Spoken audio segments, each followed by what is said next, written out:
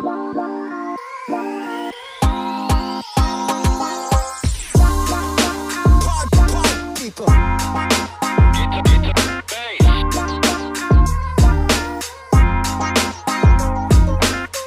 welcome back to Out of the Box with Christine, the podcast for conscious entrepreneurs, where I, Christine Blasdell, get to bring to you, the conscious entrepreneur, some master teachers in all realms of life: health, wealth, love, prosperity, abundance, and you name it. If it's about making your life better, we're going to be talking about it on the show. Stay tuned. It's going to be a great episode. Hello, everyone. Welcome back to Out of the Box with Christine, the podcast for conscious entrepreneurs. And I'm really excited about today's show and super happy that you're joining us today. My guest is E.A. Csolkovits. He is the founder of Givers University. He's an entrepreneur, business consultant, writer, and extraordinary human being. And that's why I'm so excited to have him on the show. We are going to be talking about giving, the importance of it, and how it comes back to you tenfold. Welcome to Out of the Box with Christine, EA. Thank you so much for having me on your show. And I love your format. I think, today people automatically put themselves in a box. And so when a platform like yours can come along and teach them how to think out of the box, I just think it's wonderful. So thank you for having me on your show. I'm honored.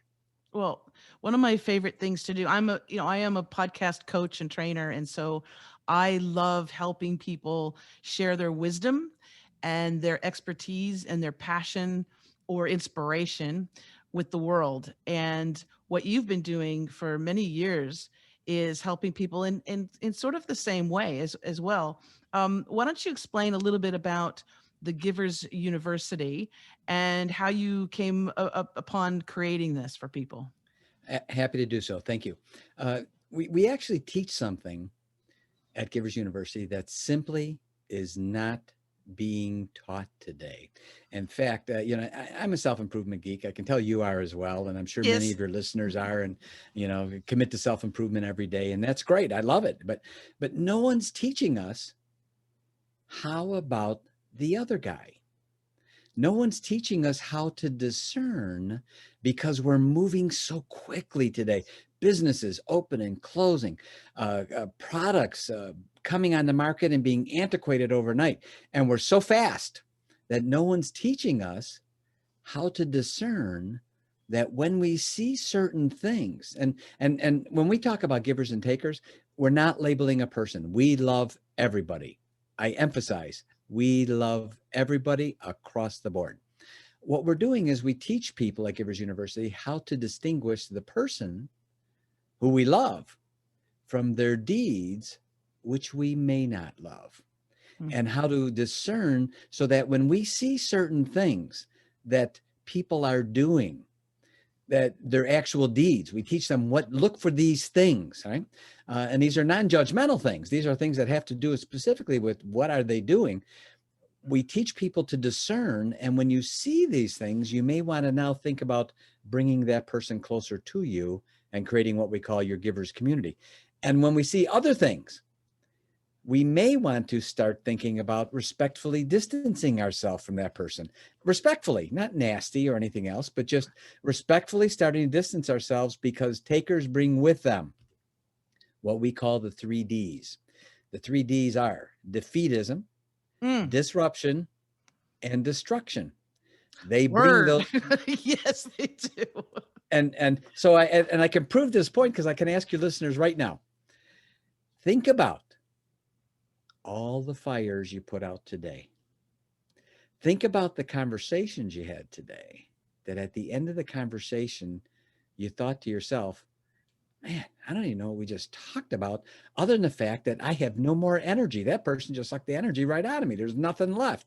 Or the times today where their stress levels spiked up. I bet you dollars to donuts, every single one of those instances have a name attached to them. And what we do is we teach people how to begin to discern. And we find out, Christine, that it simply isn't being taught today. Everyone's saying, look in the mirror and we should do these things. And I'm for that. I do it too. I mean, it's very important. We need to do that. But also, there are those things that happen in our life and these people that we bring in our life. And because of their deeds, we find they're very disruptive to our business, to our life. And we're constantly putting out these fires. And we don't know what to look for anymore. No one's teaching. Look for this. Look for these things with specificity.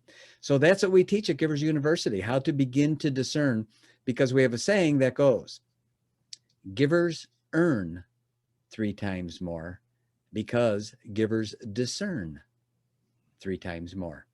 And I learned all this basically because of my defeats. Each one of my, what I call my 3 major defeats, brought about the writing of a book to help me deal with it and hopefully not be in that situation again. Well, what you talked about too is the fact that it's not being taught. And I find that, well, as in my life, and I'm approaching 57 this year. In my 57 years, you're a spring chicken. Yes. Compared to me. But in my in my growing up, and I had a wonderful teacher. I had my grandmother who hot-headed Aries. I was a sensitive little Scorpio. Aries. And you're an Aries? Okay. that ram. Yeah. But there's the horns. But what I loved about her, because she was fierce, but what I loved about her was that she let things go. So she would get upset or she would blow, but then it would be like, she used to say it was like a water on a duck's back, right? Yeah. And she went through the Depression. She went through Vietnam. I mean, she saw some stuff. Yeah, that generation is as well. But she always, she taught me to, I think, be empathic and to always think about the other person and not to judge. And I hold that dearly. So when I see people casting judgment on others, if they see someone who's perhaps homeless on the street, or, that automatic judgment that we have as human beings, well, they must be lazy or they must be on drugs or whatever.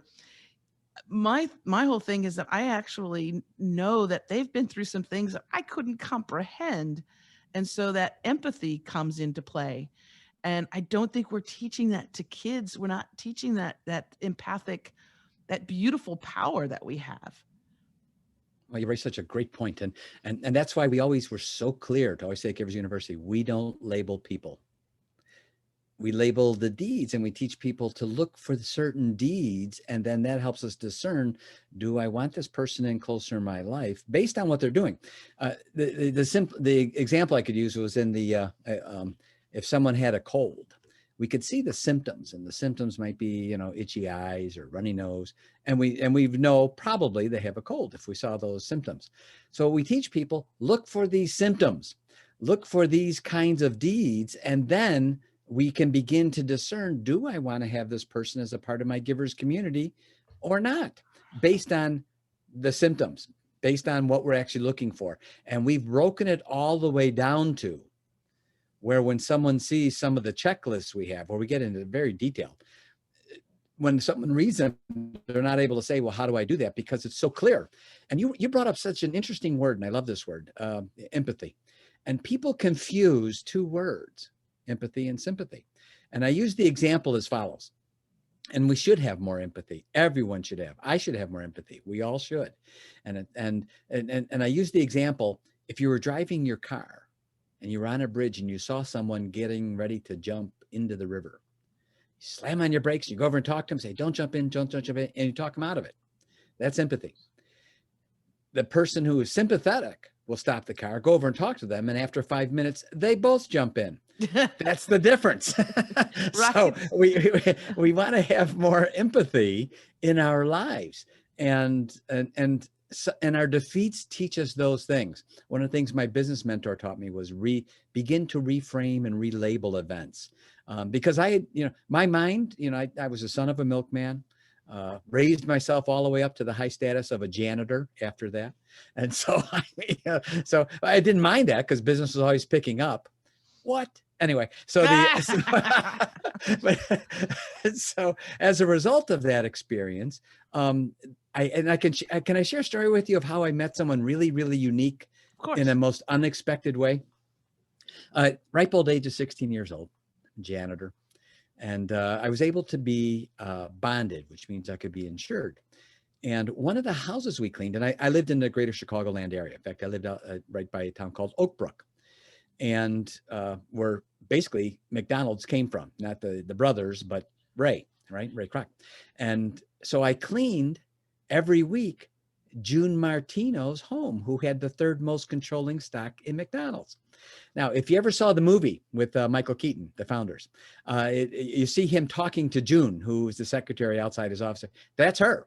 That was the lady. Now, obviously, that's an actress, but the real lady in real life. So every week I was in her house cleaning, and she was very approachable and very easy to talk to.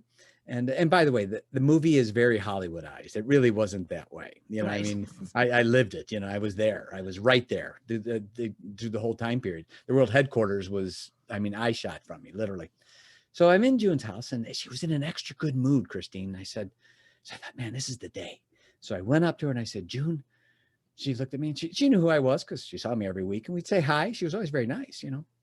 And I said, can I ask you a question? She said, sure. And I said, could you tell me about it? And she looked at me and she said, what? I said, McDonald's. What happened? I'm not kidding, Christine. She put her arm around me, brought me in the kitchen, and the entire day told me the entire story from the very beginning all the way through up to the very second we were sitting in the room. And I mean, I all day, I mean, this was because I asked her in the morning. So this is a full day thing. She had the maid and butler were bringing us food while we're sitting there. She's telling me the story. And there was a couple of parts certainly in the movie that are true, and they're based on overall true events. They just really Hollywoodized it and made Ray look a little bit different than he really was in real life. But she did tell me in the one part in the movie, if you remember, there's not enough money to pay her, and Ray finds out that he's not getting enough percentage, and he's got to call the brothers and say, I need more percentage, right? That part's true. That's a true part. And so June told me Ray couldn't afford to pay her. And so he paid her instead in worthless stock in a company that was literally worthless. All right. It was upside down. And Correct. and he agreed to take all of her bill collector phone calls for her and not pay her, just give her stock. Right. And I said, June, I live paycheck to paycheck. I have this high position of a janitor. I get paid on Friday. If I don't get paid on Friday, I'm not going to be there Saturday. I said, I need that paycheck. Why did you do it?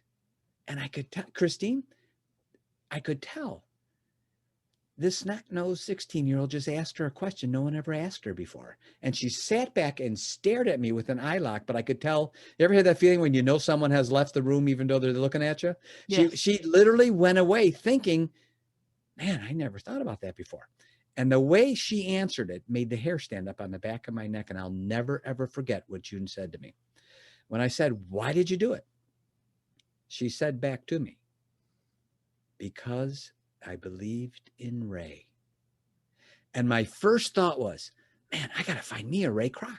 I've got to find someone that I could believe in that could teach me, like, and take me under his wing, like June took him under her wing, right? Or the other way around. So I got to find one of those. I need a mentor. I need a Ray Kroc.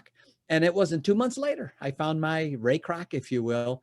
But that was such an amazing, Christine, here I am, burnt out janitor, really. Janitor mindset, janitor thought process, loving pulling the Rolls Royces out of the garage and sweeping it 3 times a day, just to be in a Rolls Royce. And I think this car's worth more than I'll ever make in like 20 lifetimes, just this car, and people really live like this. But she seemed like a regular person. She wasn't a superhero. She wasn't an alien. She was very approachable. And that really gave me pause. I thought, well, if she could do it, why can't I? She doesn't seem like she's some super person. What is it? And so that led me to that thing. And then I met my mentor, and then down my path, I had my 3 greatest defeats But what a great experience. What just meeting her and seeing that people were really like that. And later on, of course, she's passed on, but what an icon she became too. Well, and she also listened to that inner voice that we have that says to trust. And boy, we are people. Whenever we get thrown a curveball in life, and if that's if we don't get we find out we're not getting paid, or we lose a job, or we get fired or something, we tend to think, oh my gosh, that's horrible. The little ego comes out. Why me? This sucks. I Yeah. hate that person for doing that to me. You know, but in many ways, and the same thing with relationships as well. A lot of times it's to move you into a place where you're supposed to be. But if you still have that mindset, that energy of woe is me, this is horrible, that puts out an energy as well. And I've equated that to, I've lost jobs, and it's been the best thing to happen to me. It doesn't feel that way when it happens, right? But it's having that faith and knowing that you are being moved into a direction that you're supposed to be. And that's probably what she was also tapping into. She believed in Ray. She didn't have to sit there and say what a son of a gun he is, and all of this. She believed in him and had that faith, and then boom, I mean, you were sitting in her $1 million house. Talk Yeah, about. for sure. Yeah, and I cleaned the homes of all her three sons that she bought houses for as well. And Wow. so I mean, it was something else. And you bring up a great point, Christine, because one of the things my business mentor taught me was basically what you just got through saying is every adversity in life carries with it the seed of an equal or greater benefit. Yes. Every adversity carries with it. And he said reframe the word failure. He said because failure has this like an eternal ring to it. He said, and relabel those events in your life as temporary defeats. He said, so you got tackled. He said, you're going to find out that when you got tackled, you got a first down and you get up again. The game's not over. He said, so relabel failure as a temporary defeat and look for the seed because it's there. And look for that because every adversity, not some, all adversities carry with them the seed of an equal or greater benefit. And I found that to be true with my three major defeats in life. The exact same thing. Well, and you had mentioned this earlier, and I think it's really important, the reframing. And since this is the podcast for conscious entrepreneurs, I think reframing is a very valuable skill set. I'd like to see that on, when people apply for positions or jobs, or they want to have they want a new client or a customer. I think it should be like, I have a PhD in reframing. you know, the Yes. importance of that. Talk about that if you don't mind for a second. I'm happy to, and I can, if I can, I can share with you my first major defeat because it had to do with how I had to reframe it, Sure. and while being mentored by my business mentor, who I met, and it had to do. He opened a diamond business in Chicago, and I started working for him, and I became the father he never had. I became the son he never had, and even though he has a son, and he became the father I never had, even though I had a father. We were really that close. And while he was mentoring me, I also started a training company, and we were doing trainings in the Midwest, again, Chicagoland area, multiple offices, training other companies. Company was doing great. I'm going to ask you after I tell you this story, what are the odds that you think there are of this happening? Because it's astonishing. Even today, I'm still astonished all these years later. So back years ago, they used to have a thing called a voice answering machine, and it sat on your desk. And on the left side was the outgoing message that you could record and put it on a cassette tape. There was actually a thing called a cassette tape, right, for your listeners of Yes. the younger years. And then on the right side was a cassette tape that was 60 minutes long. That was for all the messages that came in. And my machine was voice actuated, meant as long as someone talked, it recorded. I left home for an hour, maybe an hour and a half, I should say. And I came back and the whole 60-minute tape had been used up. And I thought, oh, some kids got a hold of this and played with it because they like to do that when they realized they would keep recording once in a great while, right? Wow, was I in for a shocker. So I play back my messages, and my 50% business partner in this training company, not my mentor, the training company, was leaving me a message, called me, left me a message. And back then, um, there was a time where when people called you, you could hear they were getting a call in by a little beep. There'd be like beep, beep. And that would let you know someone was calling them while you were talking with them on the phone. Yes. Right. And so he hit the receiver so fast when he left me the message and said hello. He put my machine on call conferencing with him and another person and recorded the entire conversation.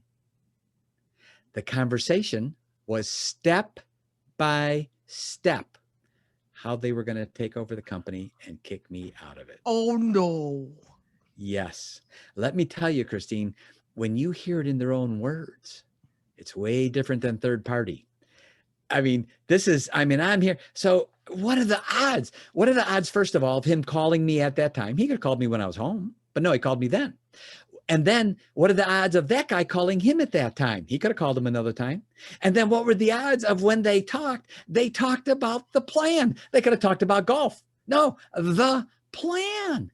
So my mind just went into left field. I mean, and I got to tell you, I thank God my business mentor taught me how to reframe and relabel. After a sleepless night, because this was total blindsiding, I didn't even know that zero indication this was happening, that I was going to get betrayed and blindsided in such a way. And I thought, man, okay, what did I get? What did my mentor teach me? Well, he taught me how to reframe, taught me how to relabel it. So, and he taught me how not to let my emotions rule my intellect, because when that happens, I'm reacting. And to teach my intellect to control my emotions, and then I'm responding. The example he taught me way back when was in the medical community. If you're getting a prescription or a drug or something and you're reacting, that's not good. If you're responding, you're doing better. So he said, always respond. So I thought, okay, how can I use my training and respond to this and relabel it? So the next morning I went in and I told my partner, I said, Jim, you have to buy me out. I said, you've got 7 days. I'm going to do something with my mentor, which was true. And I said, but you have 7 days to buy me out. We've got to cut the agreement. We'll work out something. So we did, and I got a couple of payments from him. And I have to tell you, Christine, that I thought the payments were gifts. I didn't even expect them because now I knew what kind of person he was after the fact, right? So here's what happened. The next year, my income doubled. The next year, he filed for personal bankruptcy, business bankruptcy, got divorced, and I saw him at an amusement park at a distance. He didn't see me, but I knew who he was, and he was right there. He looked like he had aged 20 years, all in the next year. And the difference was I found the seed through my training and reframed it. And I call that the giver's mindset. And this caused me to write this first book. There's a whole series of 3 books called Give to Be Great. And the first book is called The Giver's Mindset, the second, Giver Lifestyle, third, Giver's Lifelong Learning. And the Giver's Mindset came about because of this event and how I was able to relabel it. And do you know, he has this partner since has passed on. I never told him about the recording. I never told him once. He had no idea that it ever even happened. So I reframed it. I let my intellect control my emotions. I built on it, changed it from a failure to a temporary defeat, went on and built much bigger, better things with my mentor, while he brought on, and he experienced all of them: defeatism, disruption, and destruction. He hit all 3 Ds. And I, because of that, was able to not become what we say when someone's not taught how to discern. When they're not taught this, they become unwilling collateral. They have these events and they're collateral and they don't even realize it until it's too late. And that was my first major defeat. And they let their emotions carry them, as well. And you had to think of actually extremely smart in that situation. Boy, luckily they weren't talking about some kind of plot to kill you or something. I mean, Jesus. I know. But when you hear it in their own words, Christine, it's no, it's icky. Step by step by step. Oh no! Well, I just.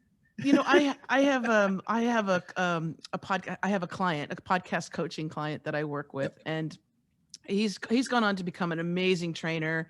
and in the healing arts and in spirituality. He's an amazing, amazing individual, and he had a company, um, you know, it was making a lot of money, and he had suffered a physical setback.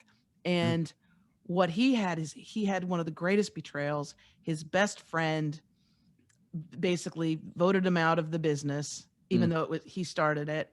His best friend also took off with the love of his life.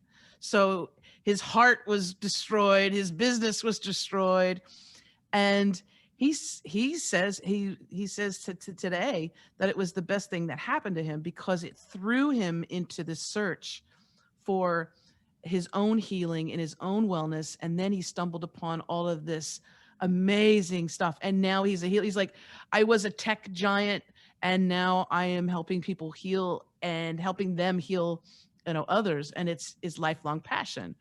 But again, it had to happen, that dark night of the soul sort of thing, where yeah, on the outside it doesn't look good. It's not the best thing. It's not like, oh my goodness, I can't wait today for massive betrayal in my heart and in my business, and to lose everything that I've been working for.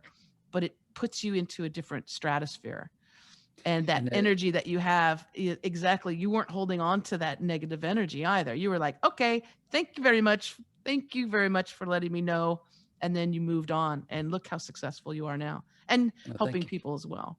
Well, um and just like your associate, now he's not a tech giant, but he's a giant of a different sort.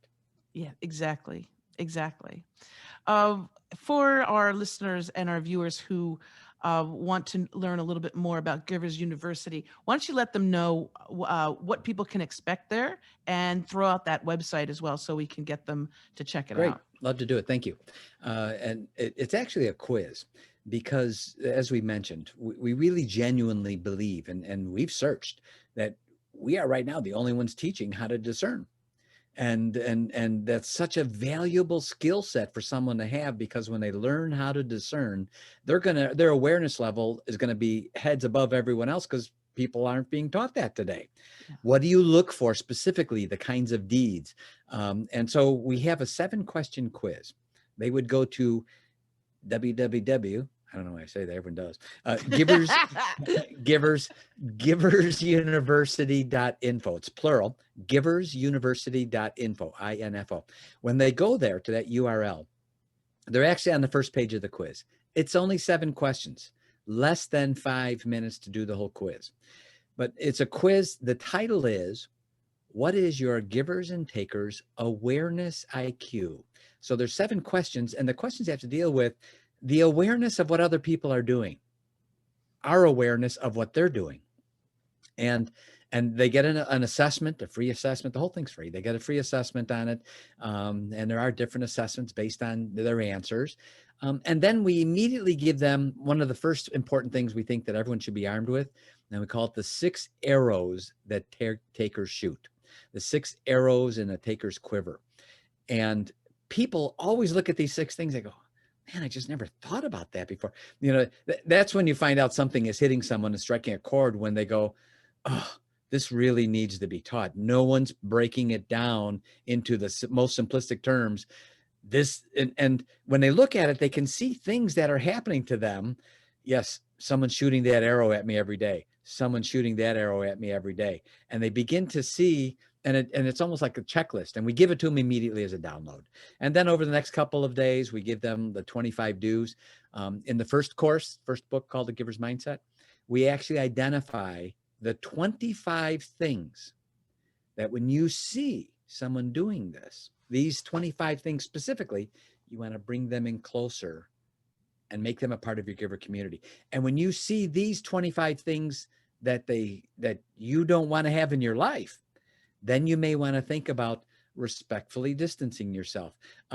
Like as an example, one of the things with the 25 do's, just to give a couple of nuggets Go to ahead. your listeners, Mhm. if you will, is be willing to do the thing to get the thing. In other words, takers are not willing to do the thing to get the thing. They're always shortcutting. They're always glomming onto someone else's results. They're never doing what is required to get what they say they want. So and these are one of the 25 do's. And you'll see a giver will always be willing to do the thing to get the thing, whatever it is. They'll step up first. Also, a second nugget of the 25 do's: a taker is not willing to delay gratification in order to increase their returns. Taker is always only me, self-oriented, pay me first, then I'll go to work. I'm not going to do anything unless I get all of this up front. And you'll also hear them say things like, well, it's just business. When I hear those words, I don't Oh, walk, that's the I yeah. run. I Yep. run, because you know what they just said? I'm going to take advantage of you. And I'm even telling you up front, I'm going to do it. And I say, wait, Exactly. this is not business. This is me, human being, human being. This is not just business, what a ridiculous thing to say. And so we give people, they actually will get, after they do this quiz, and they'll get it a couple days later, the actual checklist of these 25 do's. And when they look at it, it's 2 pages, and they say, wow, this is the best outline of things I should be looking for, like these 2 I just mentioned, that when you see these, pull these people in closer. And a quick definition, I realize I haven't given you a definition really of how we assess givers and takers. Remember, we don't label people. We love everybody. Across the board, we love it, and we say it emphatically. 20%, and we can prove this, Christine, 20% of the population are givers. That means you put these 20% in any situation, and after a short time, they will figure out how to give to it. They will start contributing. They will start investing. They will start building it up. They will start helping. They're just wired that way. That's what they do. By contrast, the other end of the Grand Canyon is the taker, also 20% of the population, who in a short period of time will figure out how to take from any situation emotionally, mentally, Spiritually. financially, spiritually. That's what they do. Yeah. They're takers, right? So, and the 60% in the middle, we call them fencers. They sit on the fence. They act like givers when they're with givers. They act like takers when they're with takers. They can be great relationships, but you need to manage them and keep an eye on them. So ideally, what we want to is, over the course of time, discern. Our productivity goes through the roof when we have the right people around us, and we're not throwing away time putting out fires. Our stress Yes. level goes down when we're not having to put out fires and have people just take all of our energy from us all day long. So do the quiz. We encourage all of your listeners. It's giversuniversity.info, INFO. 7 questions. They'll get an assessment and some great tools after that we just absolutely give to them, because we want them to feel and say, wow, this is really great. This stuff really works. And when I discern and take a quick second and ask myself, am I seeing this? What a great impact it can have on my life in such a positive way. And it's a great tool for entrepreneurs because of the people that we work with, the co-ventures that we do, when we work with others, and also even for our clients. That's another thing. I am blessed to the point where I can discern and I can say, yes, I want to work with you. I want to have my energy and your energy commingling, because I work as a coach. I'm working with people one on one. I'm not just sending them off to some, course. I am with Yes, them, yes. and it's my time. So I can say, and I've had people that have wanted to work with me, and I know they're takers, and I'll be like, you know what? That will be the longest 4 weeks of my life, and I am good. I don't need that. And I will, have them say there's someone else is probably perfect for you. But knowing that is so important. It's so valuable. It's such a valuable tool set to have. So we'll make sure that we have the link in the show notes so people can click on that and go Great. Thank to you. giversuniversity.info. Info. Yep. INFO. And Okay. they're And actually, when they go there, they're actually on the first question. They're on that page right then. beautiful, beautiful. EA, what's before we go, what's in your future? What are you wanting to do that you haven't done yet? What would you like to put out there in that beautiful wish bubble? Well, it's actually quite simple. We have a very specific 30-year plan, month by month, on where Givers University will be over the next 30 years.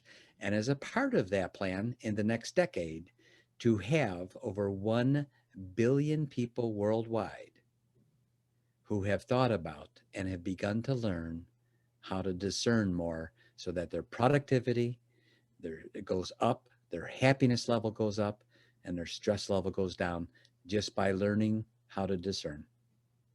Well, I hope that Out of the Box with Christine can play a little part in that and getting it out into the world. I'm sure of it. As many people as possible. Hopefully, they will listen to this or watch this on YouTube. And folks, if you've been moved by what you've heard from EA, I highly recommend that you share this, share the audio or share the video with others, with families and friends, and on your social media, because it's a beautiful message and it is extremely important right now. We do want to keep our energy levels up. We want to be in that positive mindset, not only for our business, but for our health, our mental health, and our physical health. We know that stress, and if you're surrounded by a lot of takers, please check out the information and take the quiz that EA is talking about at giversuniversity.info. Again, the link will be in the show notes for you. May I EA, it's, interject a thought? May I oh, of interject a quick course. thought? You Yes. know, I'm sorry, and sorry for interjecting, but you just brought up such a great point, and it's so critical for your listeners. So many times, as you had mentioned, we have takers in our life, and they don't know how to broach the subject because someone doesn't have to be in taker mode forever. They can be in what we call temporary taker mode, and they can become a giver. So how do you broach it with them without being offensive? And you know, one of the best ways, it's called sharing Out of the Box with Christine with them. Send them a copy and say, you know what, I thought this is a great podcast. This Christine's got this great thing, and I just watch this video and tell me your thought about this YouTube, because I it was really provoked some thought in me, and watch this. And what your podcast becomes a platform to help broach the subject in a non-obtrusive way, and hopefully with some good nuggets, and that can be a great way for others to share your great and spectacular podcast platform with others, a way to broach a subject with them and genuinely help them. And doing it in a way that's not confrontational as well. Exactly. Right? Just saying, I think you might like this. Yeah, I liked it, and I want to share it with you. Listen, yeah, Exactly. listen. People like to watch YouTubes. Great Thank you. idea, EA. Okay, and everybody, I want you to take his advice. Make sure you Exactly. share this. Make sure you share this episode, especially with your family and friends, and those people that you do, that you know, are takers. Maybe they will also, they'll see a little or they'll hear a little bit of what they're doing, but also to encourage people too to make that change if they have been takers, for much of their life. They can see what's happening in their lives, and it may look temporarily good, but you're losing relationships, you're losing people that can trust you. Mhm. And trust us, trust EA and myself, being a giver.